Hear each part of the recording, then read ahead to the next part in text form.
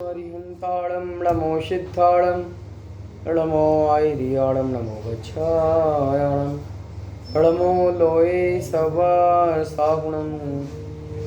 भगवान महावीर स्वामी की जय। हमने अब तक पद्म पुराण के पर्व 17 के अंतर्गत अंजना के पुत्र हनुमान जी के बारे में जाना। हनुमान जी का जन्म हुआ, जंगल में कोई नहीं था, अकेले थे, लेकिन बालक के रुदन के कारण उनके मामा का विमान उस वन से ऊपर जा रहा था और वहाँ उस बालक के रुदन के कारण उन्होंने विमान नीचे उतारा और पाया कि उनकी भांजी का पुत्र अर्थात उनका भांजा जो कि पवनजय और अंजना का पुत्र है, उसका जन्म हुआ है। वे अपने नगर हनुरुद्वीप में ले आए। वह बालक बड़ा सुंदर था, मंद मंद मुस्कान से सभी लोगों के मन को हरने वाला था। राजा प्रतिशूर्य, उनकी भांजी अंजना और उनका पुत्र हनुमान जी सहित विमान में अपने स्थान पर आ गए। उनका सुंदर सुंदर नगर ध्वजा तोरणों से शोभायमान, जिससे राजा अपने नगर में आता है वहाँ के लोग बड़े सम्मान से उसका स्वागत करते हैं। बड़े बड़े द्रव्य लाते हैं, मंगल द्रव्यों से उनकी स्वागत किया जाता है। दसों दिशाओं में बाजे बजते हैं। जैसे ही बालक का जन्म हुआ, विद्याधरों के मन में बड़ी खुशी हुई, बड़े उत्साहपूर्वक उत्सव मनाया गया। जैसे स्वर्ग में इंद्र की उत्पत्ति का उत्सव देव करते हैं। लेकिन देखिए उस बालक का चमत्कार, वह उस विमान से उछलकर गिर गया और पर्वत पर गिरा। पर्वत जो था वो चूर चूर हो गया। इसलिए उस बालक का नाम शैल रखा, श्री शैल। उस बालक का हनुरुद्वीप में जन्मोत्सव मनाया और बालक हनुमान के नाम से इस दुनिया में, इस पृथ्वी पर प्रसिद्ध हुआ। श्री शैल अर्थात हनुमान हनुरुद्वीप में रहे। कैसा है कुमार देवों समान प्रभावाधारी, महाकांतिवान, सबको महाउत्सव, सबके मनोनेत्र को हरने वाला, प्रतिसूर्य के नगर में विराजमान है। गणधर देव राजा श्रेणिक से कहते हैं, हे राजन, प्राणियों में अगर पूर्व पुण्य है तो वह पर्वत से भी गिरने पर उसका कुछ नहीं बिगड़ता है, अपितु सलाएं भी चूर चूर हो जाती हैं। प्राणियों के उपार्जन से पहाड़ को चूर्ण करने वाला यह महाकठोर जो व्रज वह पुष्प समान कोमल परिणमन करता है। महाधाय को करने वाली अग्नि भी चंद्रमा की किरण समान शीतल होती है। महातीक्ष्ण तलवार की धार भी कोमल लता समान होती है। ऐसा जानकर विवेकी जीवों का चरित्र मोक्ष को सुख देने वाला है। यह संपूर्ण जगत इस प्रकार पुण्य की बड़ी महिमा होती है। कहा गया है, पुण्य अगर तीव्र होता है तो सारे वस्तुएं, सारी चीज़ें अनुकूल होती हैं, और पुण्य अगर प्रतिकूल हो, अगर पाप कर्म का उदय हो तो सारे संयोग वियोग में बदल जाते हैं। पुण्य का बड़ा रोल होता है, सारे संयोग अनुकूल होते चलते हैं स्वतः ही। इसलिए हे भव्य जीव, अपना कल्याण करना चाहते हैं तो पुण्य को बढ़ाएं और इस पुण्य को बढ़ाते हुए, आत्मसात करते हुए अपना आत्म कल्याण करें। कहा गया है कि संसार में पुण्य ही एक ऐसा है जो हमारे अनंत कर्मों के, जन्मों के जो कर्म लगे हुए हैं उनको हम नष्ट कर सकते हैं और पिघल कर शांत कर सकते हैं। हमने पद्म पुराण के 17 पर्व पूर्ण किए। अब 18वां पर्व पवनजय का युद्ध से प्रत्यागमन, अर्थात युद्ध के बाद पवनजय पुनः अपने नगर में आते हैं और अंजना का अन्वेषण, अंजना की खोज चलती है। गौतम स्वामी राजा श्रेणिक से कहते हैं, हे मगध देश के मंडन, यह हनुमान जी के जन्म का वृतांत तुझे कहा। अब हनुमान के पिता पवनजय का वर्णन सुने। पवनजय पवन की तरह शीघ्र ही रावण के पास पहुंचे। रावण की आज्ञा से वरुण से युद्ध किया। बहुत समय तक अनेक शस्त्रों से वरुण और पवनजय का युद्ध हुआ। युद्ध में वरुण को बांध लिया गया, खरदूषण को पकड़ा गया और फिर उसे छुड़वाया गया। वरुण को रावण के पास लाए। वरुण ने रावण की आज्ञा स्वीकार की, जिसके कारण रावण हनुमान जी के पिता पवनजय से बड़े खुश हुए। तब पवनजय रावण से विदा हुआ। अंजना के स्नेह से शीघ्र ही घर को आया। राजा प्रहलाद ने सुना कि पुत्र युद्ध जीत कर आया है। पूरा नगर सजाया गया, ध्वजाओं से, तोरणों से, मालाओं से। सभी परिवार एवं परिजन के लोग सन्मुख आए। नगर के सभी नर नारी पवनजय के कर्तव्य की प्रशंसा करने लगे। राजमहल के द्वार पर अर्धाधिक के समान अंदर प्रवेश कराया। मंगल शब्दों से राजकुमार की सबने प्रशंसा की। राजपुत्र माता पिता को प्रणाम कर सबसे भेंट लें। कुछ क्षण सभा में लोगों को मिलकर आप स्वयं अंजना रानी के महल में पधारें। प्रहस्त मित्र के साथ महल देखा। जैसे जीव रहित शरीर सुंदर नहीं लगता, ऐसे ही बिना अंजना के वह महल मनोहर नहीं लगता। तब पवनजय उदास हो गए और प्रहस्त से कहने लगे, हे मित्र, यहाँ मेरी प्राण प्रिया कमल नैनी नहीं दिखती। वह कहाँ है? यह राजभवन, उसके बिना मुझे सूना सूना लगता है। जिस प्रकार किसी उद्यान में वृक्ष और पेड़ नहीं हो तो वह बंजर लगता है, अर्थात आकाश में बारिश के बादल नहीं हो, खाली सूखे बादल हों तो वह अशोभा को प्राप्त होता है। इसलिए आप मेरी अंजना को ढूंढें। तब प्रहस्त ने अंदर से लोगों से पूछकर कहा। तब जैसे ही पवनजय ने वो बात सुनी तो उसके दिल को बड़ी चोट पहुंची।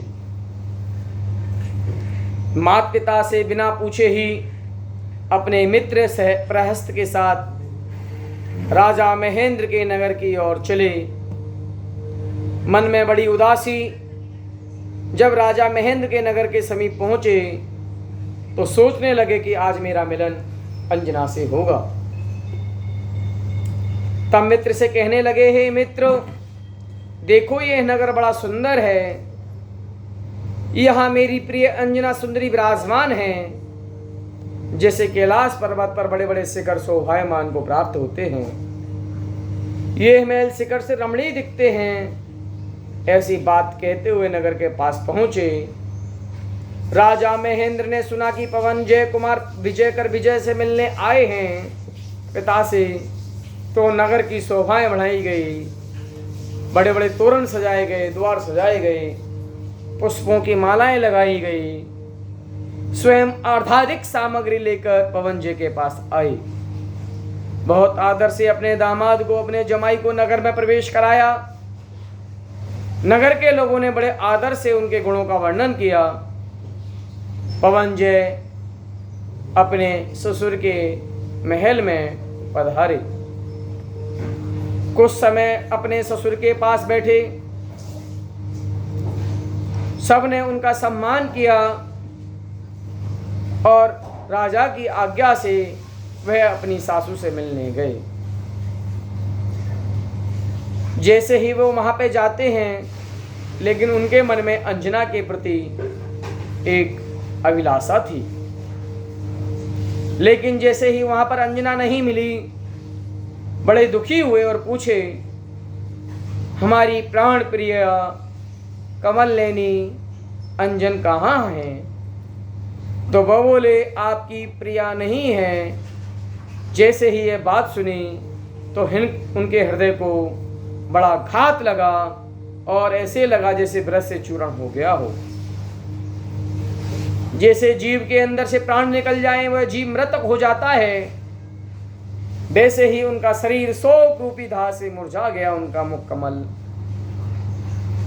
तभी वहां से नगर से निकलकर अपनी रानी को खोजने के लिए जंगलों में गए और अपनी रानी अपनी अंजना को पूरी पृथ्वी पर भ्रमण करने लगे। मानो वायु कुमार को वायु लगी हो। जैसे ही अपने मित्र पवन को देखता है प्रहस्त, वह भी बड़ा दुखी होता है और कहने लगता है, हे मित्र, हे सखे, हे पवन जी, आप शांत रहो। यह पृथ्वी कितनी है जहाँ रानी अंजना होगी, हम ढूंढ लेंगे। तब कुमार ने मित्र से कहा, आप आदित्यपुर मेरे पिता के पास जाओ और संपूर्ण कहानी कहो। जो मुझे मेरी प्रिया की प्राप्ति नहीं होगी तो मेरा जीवन भी निश्चित नहीं है। मैं संपूर्ण पृथ्वी पर उसको ढूंढने के लिए भ्रमण करता रहूंगा और आप भी देखो। तब मित्र आदित्यपुर नगर में जाकर पिता को सब वर्णन कहता है और पवन कुमार अम्ब और गोचर हाथी पर पृथ्वी पर अंजना को ढूंढते रहते हैं। मन में चिंता की मेरी प्यारी रानी कमल समान कोमल शरीर शोक के दुख से संताप को प्राप्त हुई, कहाँ गई होगी। मेरा ही ध्यान करने वाली विरह रूप अग्नि से प्रज्वलित महावन में वह कौन दिशा में गई होगी। वह सत्यवादिनी, निष्कपट, धर्म का सेवन करने वाली, गर्भ सहित कदापि बसंत माला से रहित हुई होगी। तो वह पतिव्रता एवं श्रावक के व्रतों को पालन करने वाली होगी। राजकुमारी शोक के विकट वन में विहार करती हुई भूख प्यास से पीड़ित होकर शायद कोई गड्ढे में या कुएं में तो नहीं गिर गई। क्या वह गर्भवती दुष्ट पशुओं के भयंकर शब्द सुन मरण को तो प्राप्त नहीं हो गई। क्या कोई भयंकर शब्दों सुनकर या कोई भयंकर पशु ने उसका भक्षण तो नहीं कर लिया। अंजना, मुझे प्राणों से भी प्यारी भयंकर वन में जल के बिना प्यास से सूख गए होंगे कंठ। तालू तो प्राणों से रहित होगी। कहीं गंगा में उतरी तो पानी में तो नहीं बह गई, अथवा जंगल में कंकड़ पत्थरों के पैरों में रक्त की धाराएं तो नहीं बह गई। क्या पता उसके पैरों में शक्ति नहीं हो चलने की, क्या दशा हुई होगी। क्या पता वह दुख से उसका गर्भपात तो हो गया हो। क्या पता वह जैन धर्म को जानने वाली है, आर्य का माता तो नहीं हो गई। ऐसा मन में बड़ा रौद्र भाव परिणाम करता हुआ पवनजय पूरी पृथ्वी पर चक्कर लगाता रहा, भ्रमण करता रहा, लेकिन उसे अपनी प्राण बल्लभा नहीं मिली। तब वह विरह होकर उसने अपना मरण निश्चय कर लिया। पर्वत पर, मनोहर वृक्षों पर, नदी के तट पर अपनी प्राण पल्लवा को ढूंढता रहा, लेकिन उसको प्राण प्रिया नहीं देखी। अंजना के बिना पवनजय का मन नहीं लगा। पवनजय ऐसा विवेक रहित हुआ जो वृक्ष वृक्षों से, पर्वत पर्वतों से, कंकड़ कंकड़ों से अंजना सुंदरी की बात पूछते रहे और भ्रमण करते हुए भूतरव नाव के वन में आए। वहां अपने हाथी से उतरकर अपने हथियार कवच पृथ्वी पर डालकर हाथी से कहा, हे गजराज, अब आप स्वतंत्र हैं, आप इस जंगल में स्वच्छंद भ्रमण करें। फिर हाथी विनय सहित निकट खड़ा रहा। तब पवनजय ने पुनः कहा, हे गजेंद्र, नदी के तट पर शल्य की वन में पल्लवों को खाते हुए आप विहार करें। यहाँ हथनियों का समूह है, उनके साथ आप रहें, विचरण करें। परंतु हाथी तो बड़ा कृतज्ञ था, बड़ा मालिक के प्रति वफादार था। स्वामी के स्नेह में प्रवीण राजकुमार का साथ नहीं छोड़ा और वह हाथी पवनजय के साथ खड़ा रहा।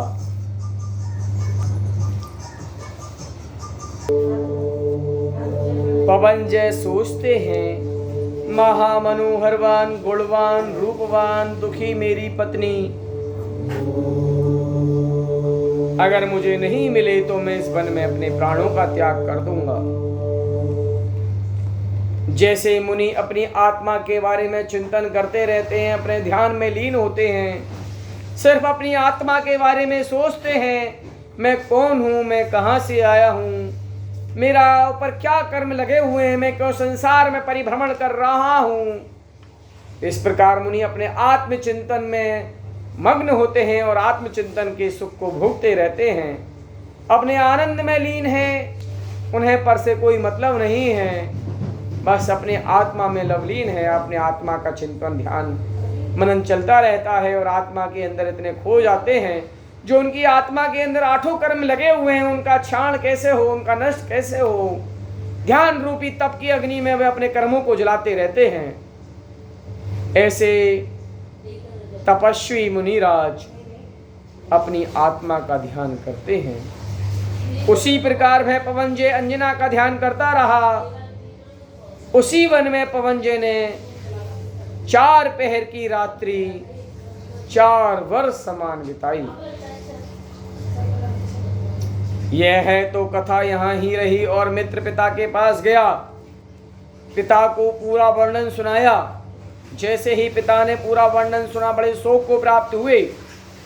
माता केतुमती पुत्र के शोक से दुखी होकर रोने लगी और रोते हुए उसने अंजन कुमार के, अंजना के पति पवन के मित्र प्रहस्त से कहा, आपने अच्छा नहीं करा, आप मेरे पुत्र पवनजय को अकेले जंगल में छोड़ आए, यह अच्छा नहीं है। तब प्रहस्त ने कहा, हे माता, मुझे अति आग्रह से आपके पास भेजा है, इसीलिए मैं आपके पास आया हूँ, अब वहाँ जाऊँगा। तब माता ने कहा, पवनजय कहाँ हैं? तब प्रहस्त ने कहा, जहाँ अंजना होगी वहाँ पवनजय होंगे। तब पूछा कि अंजना कहाँ हैं? तब प्रहस्त ने कहा, मैं नहीं जानता। हे माता, जो बिना विचारे, बिना किसी धैर्यपूर्वक कार्य करते हैं, वो एक दिन अवश्य पछतावा होता रहता है, उनका अवश्य ही पश्चाताप करना पड़ता है।